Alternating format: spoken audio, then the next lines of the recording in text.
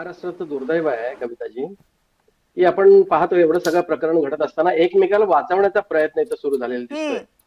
म्हणजे मुख्यमंत्र्यांचा आज खुलासा केला की त्याला शस्त्र परवाना दिला नाही ना, म्हणजे खूप असा मोठा गुन्हा घडलाय असं त्यांना वाटत नाहीये.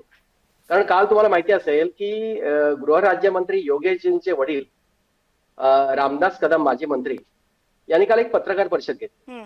आणि त्याच्यामध्ये त्यांनी असं स्पष्ट सांगितलं की विधानसभेतल्या एका ज्येष्ठ अशा पदाधिकाऱ्यांनी राज्यमंत्र्यांवरती हो. दबाव आणला आणि त्या दबावाच्या नंतरच या सचिनला शस्त्र परवाना देण्याच्या संदर्भात जे काही त्यांनी लेखी आदेश दिले ते त्याच्यामुळे दिले गेले असं रामदास कदम यांनी स्वतः सांगितलं. आणि त्याच्या संदर्भात त्यांनी सांगितलं की मी स्वतः पत्र लिहिणार आहे मुख्यमंत्र्यांना आणि मुख्यमंत्र्यांनी सांगणार आहे की पक्षांतर्गत ह्या बाबी ज्या कशा घडतात हम्म. त्या संदर्भात आपण लक्ष दिलं पाहिजे. हम्म. त्याच्यामुळे सरकार म्हणजे युतीचं सरकार जे आहे त्याची बदनामी होते. हे सगळं पाहिल्यानंतर असं एक लक्षात येतं की काल रोहित पवारांनी राम शिंदेचं नाव घेतलं, जे विधान परिषदेचे सभापती आहेत. हम्म. त्यांच्याबरोबर त्यांच्या इलेक्शनमध्ये वेगवेगळ्या इलेक्शनमध्ये सचिन हा त्यांच्या पाया पडतो असं काही चित्रफिती काल दिसला. पण हे सगळं पाहिल्यानंतर राम शिंदेला वाचवण्याचा कोणतरी प्रयत्न करताय का किंवा योगेश कदमांना वाचवण्याचा कोणीतरी प्रयत्न करताय का असं स्पष्ट दिसू लागलंय. कारण हे जे खुलासे व्हायला लागले सत्ताधारी पक्षांकडून, हे खुलासे म्हणजे आता जैन साहेबांनी सांगितली सगळी लज्जा आहे.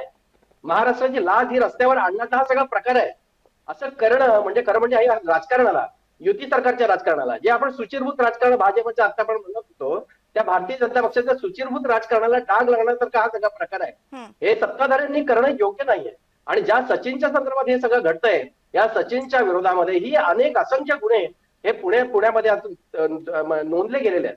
आणि जैन साहेबांनी सांगितलं की हिस्ट्रेशन आहे ते, हे हिस्ट्रेशन असताना त्यांची नोंद पोलीस ठाण्यामध्ये, पोलीस आयुक्तालयामध्ये असते की ज्यांना अशा पद्धतीने परवाने देणे अपेक्षित नाही, ते नसतानाही जेव्हा परवाने दिले जातात गृहराज्यमंत्र्यांकडून किंवा त्याला शिफारस केली जाते, त्यावेळेला याच्या पाठीमागे निश्चितच कोणतरी आहे आणि त्यांची नावं त्यांचेच नातेवाईक घेतात. त्यावेळेला हे खूप अतिशय साधं प्रकरण वाटत नाही, खूप गंभीर प्रकरण आहे. याची दखल खरं म्हणजे मुख्यमंत्र्यांनी पुन्हा एकदा घेतली पाहिजे, त्याची चौकशी केली पाहिजे. जर शिंदेचं नाव पुढे आलं असेल तर त्यांची चौकशी करण्याची जबाबदारी ही मुख्यमंत्री म्हणून आणि गृहमंत्री म्हणून राज्याची, ज्यांच्याकडे आपली सगळ्यांची अपेक्षा आहे की हे होता कामा नये महाराष्ट्रामध्ये.